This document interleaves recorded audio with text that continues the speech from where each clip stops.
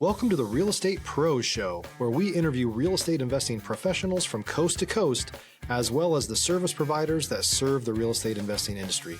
Our goal is simple: share what's working now to help you improve and scale your business to the next level and meet the pros that can help you get there. Real Estate Pros is powered by Investor Fuel, America's leader in helping real estate investors and professionals build the business you need to live the life you've always dreamed of. Let's start today's show. Property insurance for real estate investors doesn't have to be difficult, but it does need to be there to protect you when you need it. MyInvestorInsurance.com not only provides insurance at 15 to 30% cheaper than traditional agencies, it's built specifically for real estate investors like you. You can set up an account in about 2 minutes, get quotes on properties, turn on and turn off insurance for your fix and flip or rental properties in around 2 minutes without having to talk to anyone directly, all through our portal. There's no better way or faster way to make sure you've got the coverage you need to protect you, and no more lengthy policies either. Once you're set up, you're billed monthly and prorated by the day for however long your policy is active. It's powered by MSI, the third largest independent MGA, with 1.5 million customers and more than $1 billion in cumulative premiums written. Get set up today in about 2 minutes at myinvestorinsurance.com/fuel. Okay, guys, welcome back to our show. I'm your host, John Harcar, and I'm here today with Chris Whalen. And what we're going to talk about, besides, his journey in business and in real estate, we're going to talk about how it's really imperative to find the right CPA for your real estate business. Remember, guys, at Investor Fuel, we help real estate investors, service providers, really all real estate entrepreneurs, 2 to 5x their business. We provide the tools and resources to grow the business they want to grow, which helps them live the lives that they wanted to live. So, Chris, man, welcome to our show. Thanks for having me today. Cool. Yeah, I'm excited to have you on here. Looking forward to talking about, really finding the right CPA. I know this might be something that a lot of people struggle with, to find the right person. But before we talk about all that, why don't you tell our audience a little bit about your background, how you got into real estate, to being a CPA, and kind of what brought you to today? A big thing happened when I was finishing college in the late 80s, where my father, who worked for a big company, he let me know that a lot of the newer hires were not going to be in the pension plan. They removed a lot of pensions. Even today, it's hard to find a company with one. So I was an accounting major, of course, at the time, and I realized, so how am I going to replace a pension, which is passive income? And I said, the thing I found back then is real estate. So part of what I've done since passing the exam and since 1990 is to try to steer people towards having rental properties along with their normal 401k and other investments for retirement. But I want to use this as a cash flow kind of vehicle. It's a pension replacement. So if you start with someone young at 30, 35 years old, there's no reason why we can't have a couple of $1,000 net cash flow at 65 to replicate the pension. So I went to college here in New Jersey. I was a double major in computer and accounting. I programmed my way through school. I had no student loans, which is nice. Came out and I went to work for a great firm in Bridgewater, New Jersey. They specialize a lot in two things: forensic accounting, which I love, and real estate related accounting and taxes. So that started off in 1990. By about 95 or so, I was on my own, and I've been on my own ever since. And I'm specializing in businesses and mostly in investment properties, as we talked about. And I'm a sole practitioner here in New Jersey. We have a tight team, about 7, and we're real estate all the time. So it's really important for people. A lot of accountants and CPAs do a lot of different things.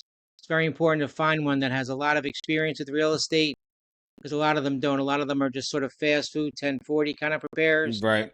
And that's not who you want to go to. And like I said, we're here in New Jersey in Red Bank. I've been in Jersey my whole life, except at least in business. I have my kids here. I'm a grandpa now, so I love this area. And there's so much work out there. There's so much misinformation about real estate investing. I get calls every day. The internet is full of misinformation. And don't go to an AI, ask about real estate. I'm the AI. I'm the HI, the human intelligence. Call me instead of going AI. Trust me. Right on. So I like to always go back in the past. Was there any influence in real estate in your life? Stop living on an island and join the #1 mastermind in America for professional real estate investors. Investor Fuel is a community of hundreds of the nation's top investors working together to build stronger businesses and better lives. In addition to the amazing community of real estate investors acting as a board of advisors for one another, Investor Fuel members have access to 100% funding on purchase and repairs for our members only, a health insurance program, and benefits and discounts that more than pays for the membership of most of our members, meaning it's actually costing you money to not be a member of Investor Fuel. If you're looking to scale your business and build a business that allows you to live the life of your dreams, please visit investorfuel.com today and book a call with our team. Well, I did a lot of Growing reading up. since I was 10 years old. I had my grandfather on my mom's side. That's all he invested in was real estate.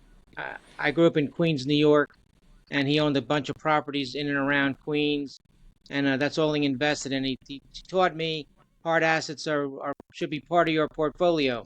So he taught me all about the rental properties, and I helped him do the accounting when I was a young guy. So I got very comfortable with it. And I think the big misnomer that he taught me is that if you ask a lot of people, they would tell you that real estate is it's more of a risk than the stock market.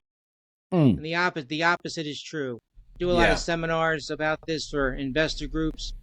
I try to explain why it's better. So if anyone out there is listening, being concerned, should I take money out of my portfolio and sell some of those equities and put something into hard assets? You really should be doing something. If you have all your assets in the market in stocks and bonds, that's only one little universe. You're at a lot of risk. So we want to diversify. I'm not saying 100%, but let's take out something and start to build a nest egg for pension replacement. The good thing about real estate as an investment in the long run, in terms of retiring, is that if I retire at 65 with stocks, to get money out of them, I have to sell them. Got to pay capital Right. gains tax. Real estate, it's giving me cash every month without having to divest. It's a very important component. Plus, I love that it's a hard asset. If I own stocks, I wouldn't know what to do with it. It's cool. I can't even hold a certificate anymore. So, real estate's a Right. great way. It's a great way to build asset wealth. A good thing to leave to your children, and a good way to get set up for pension for retirement. Nice. When did you buy your first property? In 1988, In '88. Do you still have that first investment I property? do. Oh I wow. do. Okay. Okay. Good for you. When you got into buying some of these properties and started investing in real estate, what were some of the struggles, or maybe the hurdles to overcome, or things that maybe just you had to work on? One of the main hurdles is that at first I was a little bit too enthusiastic, thinking that I could do some of the maintenance work or the initial work to get it rentable myself. So finding a good general contractor who you can trust to be timely, that was a hard lesson for me to learn. So the first one I bought had to do with some work needed to be done to it. And it took me probably an extra couple of months, 4 or 5 months, which is money down the drain on monthly costs. So number one, I deal with a lot of couples that watch these shows. In a half an hour, you're buying a property and getting it ready. And Right. so if you're not a contractor, don't have control of one, if you buy something that's turnkey, you could rent it within 30 days. So that's number one. Number two is you got to get used to banks and financing. It's always a changing world. I have a bunch of hard money lenders I deal with and recommend, but sometimes you need to pay more interest than you think, depending on how much what your debt to income ratio is. So that also each township has different codes. So you got to Mm-hmm. be careful. So you got to be careful who you rent to. Also, a lot of times some good advice is to use a realtor to list your rental, even though you're going to pay a half or a full month of rent to them. But they're screening people. A certain Yeah. level of people come to realtors. So I found over the years it's always worth it to go with a real estate agent to list it, even though it's costing me something. The other thing too, I always try to get 2-year leases from quality people. Because it sets me up to not have to worry about 12 months from now, if Yeah. that makes sense. No, it makes 100% sense, and that that those are some important things to take and consider. Now, what do you think? What do you see a lot of people or mistakes people are making, whether it be when getting into rentals and or when hiring a CPA? Either one. Well, a main thing that happens is people believe they should have all these LLCs. They should have an LLC to own the property, and then that's in a holding company. And it's really not. You really don't need to, especially on your first one. You don't really need to do that. The biggest mistake I see people make is they don't have the adequate insurance. So everyone Mm, thinks they have an LLC, they can start running people over. That's their attitude. But you're still going to be sued personally because remember, you have an LLC could be the owner, but you're the landlord person. So right. Chris Whalen owns 2 Oak Street. If the curb, if the cement is not fixed, I'm going to get sued anyway. If you're looking for consistent, high-quality leads, look no further than Investor Machine. Investor Machine isn't just another agency, it's the most sophisticated, data-driven lead generation company on the planet for real estate investors, and serves the role of being not just a lead generator for your business, but a marketing partner that is helping you achieve your goals along the way. Go to investormachine.com to learn more and schedule a call with our team today.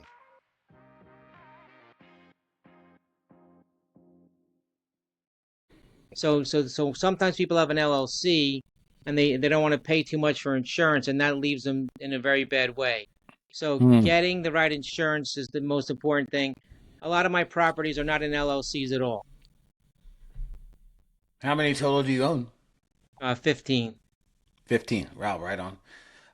What are you seeing as, maybe some trends or things going on in either like what's in either real estate world and the accounting world, et cetera? Like what are some things that you're seeing that are becoming more mainline or maybe some things to look out for? Well, unfortunately, rates are higher, which means that, of course, rates for investment properties. I've noticed that with the rates going up, that the underwriting is getting more stringent. Underwriters who are the warm, fuzzy people, we just want to hug them. They're so appreciative of your business. But because the rates have gone up, in order to get the same cash flow, people need to put more money down. So be prepared for that. If you've been researching properties in an area for 2 or 3 years and you haven't really gone in and adjusted it for current rates, you really need to do that right now. And like I said, there's a lot of properties out there.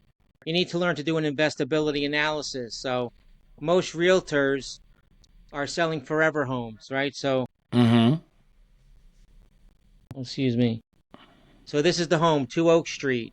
Over here, this door, it's a family, forever home. And the realtors are good at that. But the same exact property over here in door number 2 is for an investor.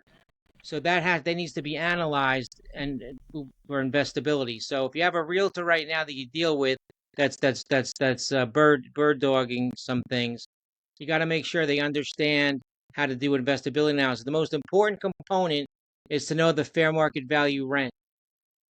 So a lot of times people are not buying in their immediate area. They're maybe 2 hours away. Like a lot of my Jersey clients are buying in Eastern Pennsylvania. And so you got to really get a handle on what's the fair market value rent, and only a good realtor will know that.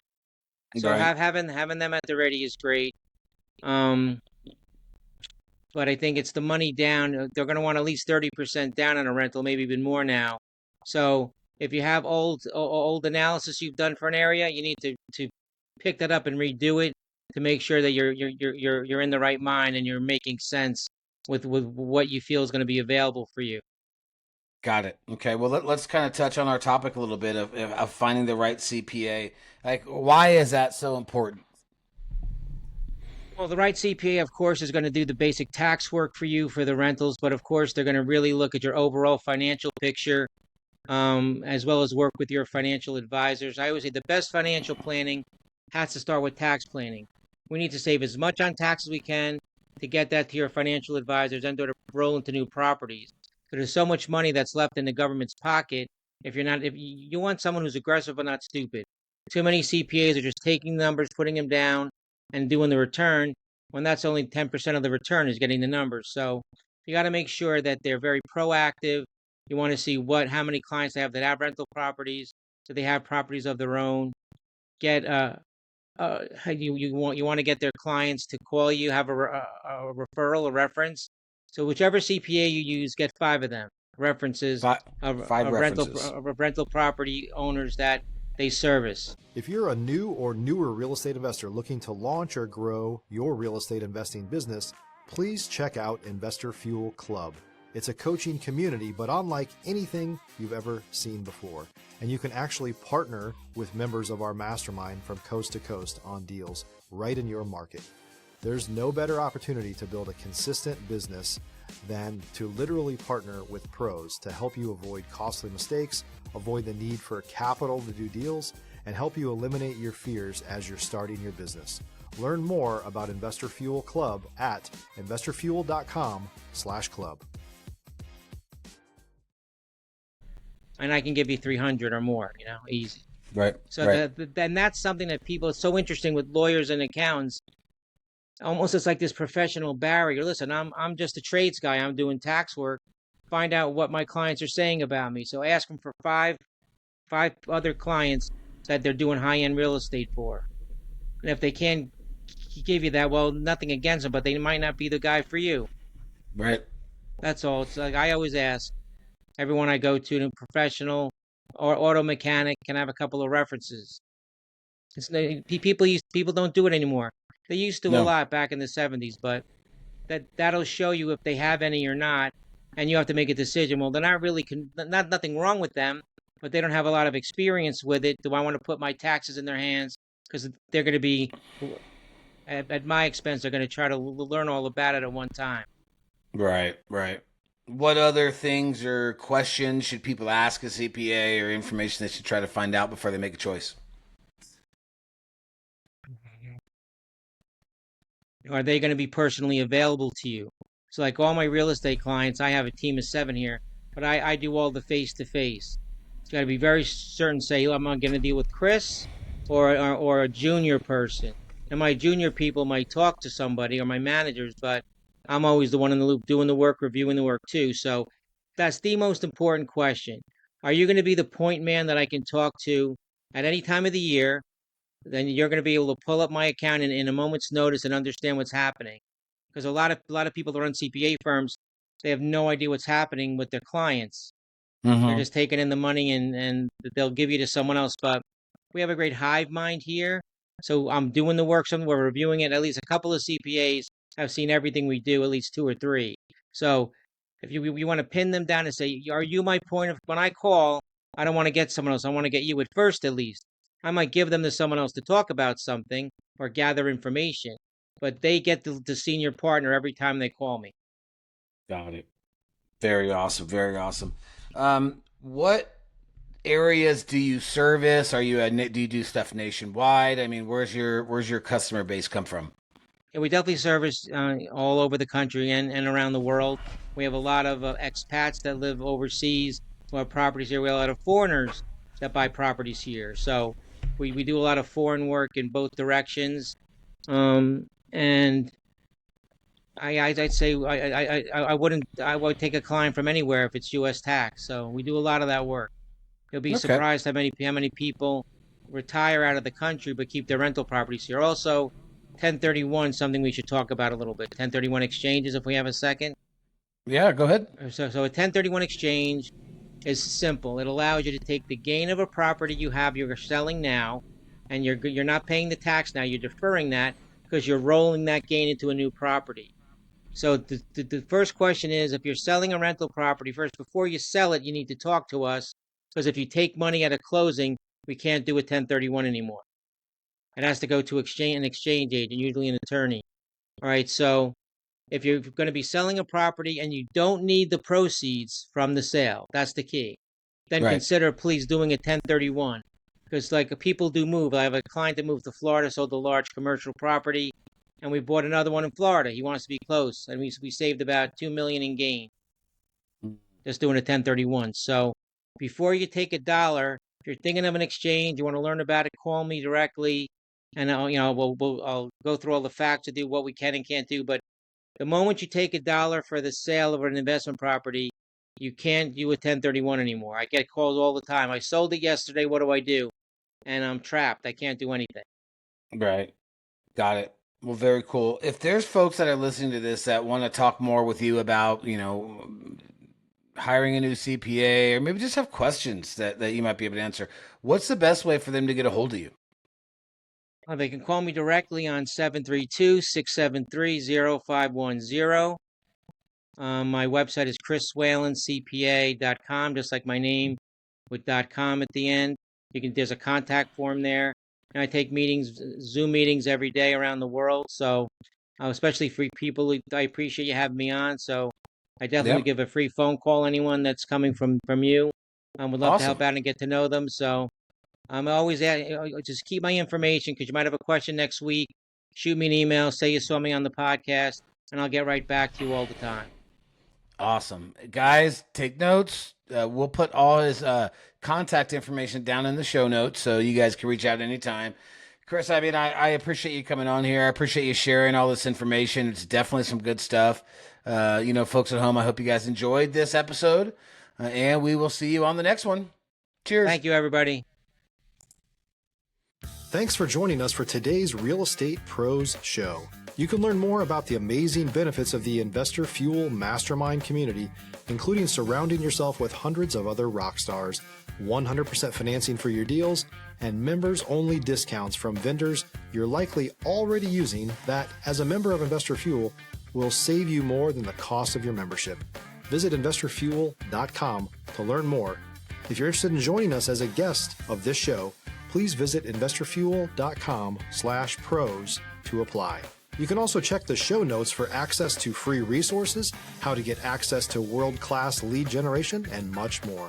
Don't forget to subscribe so you never miss another episode. Have a great day. We'll see you on the next show.